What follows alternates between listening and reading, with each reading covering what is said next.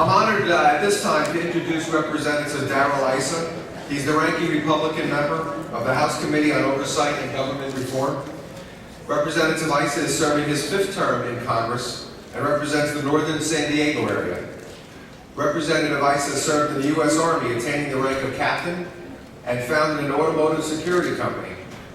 NAPIS has worked with Representative Issa during his congressional career and looks forward to working with him as the top Republican on the Government Reform Committee. I should add that Representative Issa is a co-sponsor of H.R. 22. Postmasters, please give a warm welcome to Representative Darrell Issa.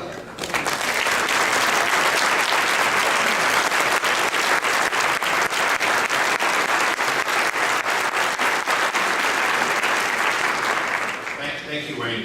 There's a mistake I've made here, which was coming in early enough to see Chairman Towns and Subcommittee Chairman Lynch. I have to tell you, I came late to the postal system. My father worked for General Motors. I worked for UPS in college. At least it was a union job. And as Wayne said, I served from 1970 to 1980 in the Army. And you know, for me, the postal system is very easy to understand. I understand it the same way I understand my military service. As a patent holder, the same way I understand the patent system. These are constitutionally mandated jobs. These are, in fact, things which cannot be outsourced, are not allowed to be done by non-government entities. The core requirement is that government shall provide. Obviously, you know, we don't have to provide the computer software support necessarily in-house. We can make a lot of those decisions. But at the end of the day, we, the United States government, have a responsibility. I swore an allegiance both in the military and in Congress to uphold the Constitution. And the Constitution is unambiguous as to patents, minting of money, stamps, and I always throw in the patent office. I don't know why. Perhaps it's because it made me a little money over the years. As Wayne said, I wholeheartedly support H.R. 22. I recognize, as the previous speakers, and I understand you had Jason Chaffetz here earlier, my ranking member for the subcommittee, we all understand that the Senate has a different version. Now, Chairman Towns talked about those ropes that had to be tied together. Tying to that slippery rope from the Senate is always difficult. It is greased, and they will pull it up at the last minute. So I understand, as many of you get an opportunity to go to Capitol Hill, do understand one thing. The House is eager to pass a fix to this problem. The House is eager to allow you to help us fix a problem with not a penny of new federal taxation or revenue. The House is so eager that we actually, on a completely bipartisan basis, support this bill. We understand that there are 3 ways that this can be covered. We certainly can cover it by just gouging the heart out of the service the American people have enjoyed since our founding. That's unacceptable. We certainly understand that we could simply tax the public and throw a bunch more money into this program as a supplemental from the federal government. That's not my preference. We certainly understand that we can just run up the cost of stamps to more quickly make it harder for Americans to get those invoices out so they can flow commerce. That's certainly unacceptable.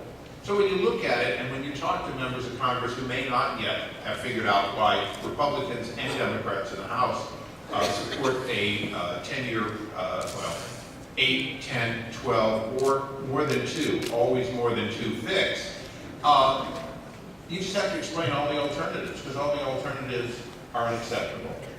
That's the point that I hope that you can get to the House. Now, when you go to the Senate, you have to remind the Senate that they get 6 years of certainty.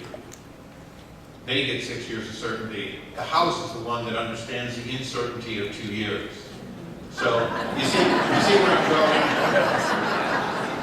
Do not let people who get certainty of 6 years give you the uncertainty that the House understands needs to be avoided. We cannot fix problems on a 2-year cycle and bring you back again and again. That's the wrong message to send to a permanent constitutional responsibility of our government.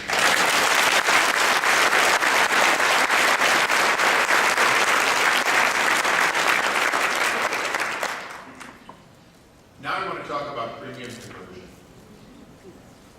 I've supported trying to get that made permanent, or get that instituted for the previous 2 Congresses.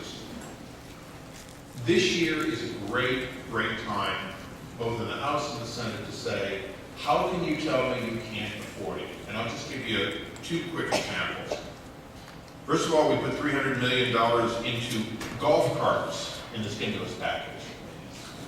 Now, golf carts are important, but are they more important than people's health care? Name a Republican or a Democrat that will answer yes to that. That's one reason.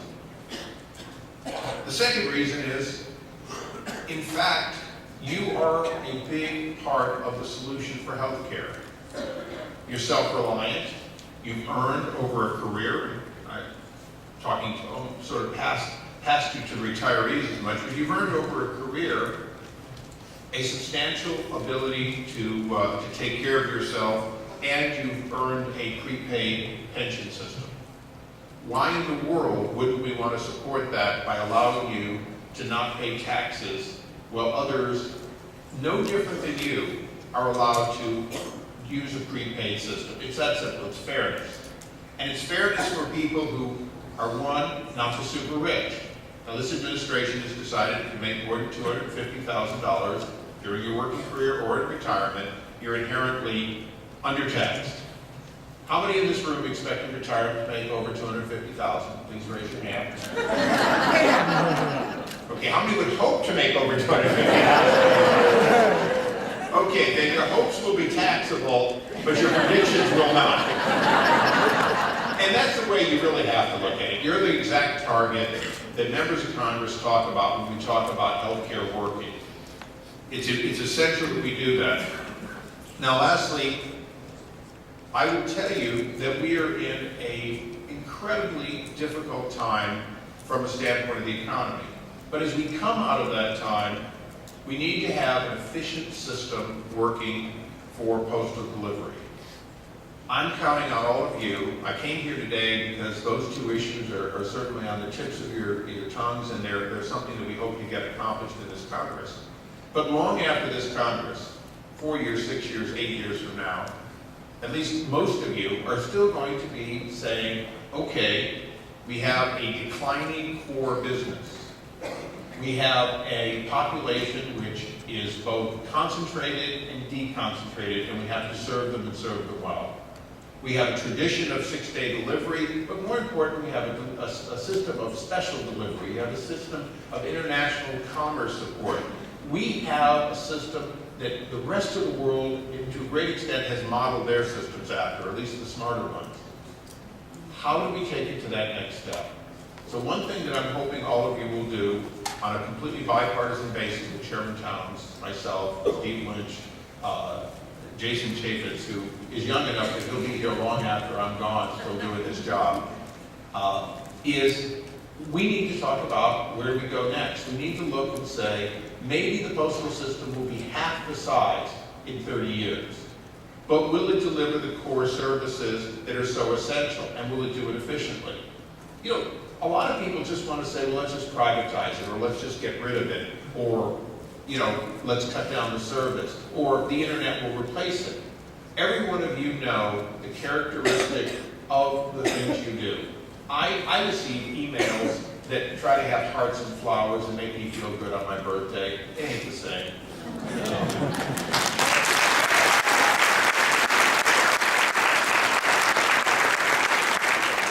I believe as long as there are human beings wanting to reach out and communicate from one person to another in a personal way, we will have an absolute need for a postal system. So I hope that the 2 issues we talked about today, the 4, 5, 6 members of Congress who very unusually trekked down here because we wanted to let you know that, 1, it's our job to care about the future of the postal system, and 2, it's one of our passions, that you'll look at us as a resource. Give us your ideas. Do not assume that either you union leadership or leadership assigned all the way through our bureaucratic system will get the right message to us. Take it on yourself to assume that you can send us a paper letter and we will read it. If I receive a letter from any of you, one, you will receive a response. And two, I will personally see it. And I will see it for a reason. You're part of the decision process of where a system goes that has served us for over 200 years and which we will need for as long as all of us in this room will live. Thank you.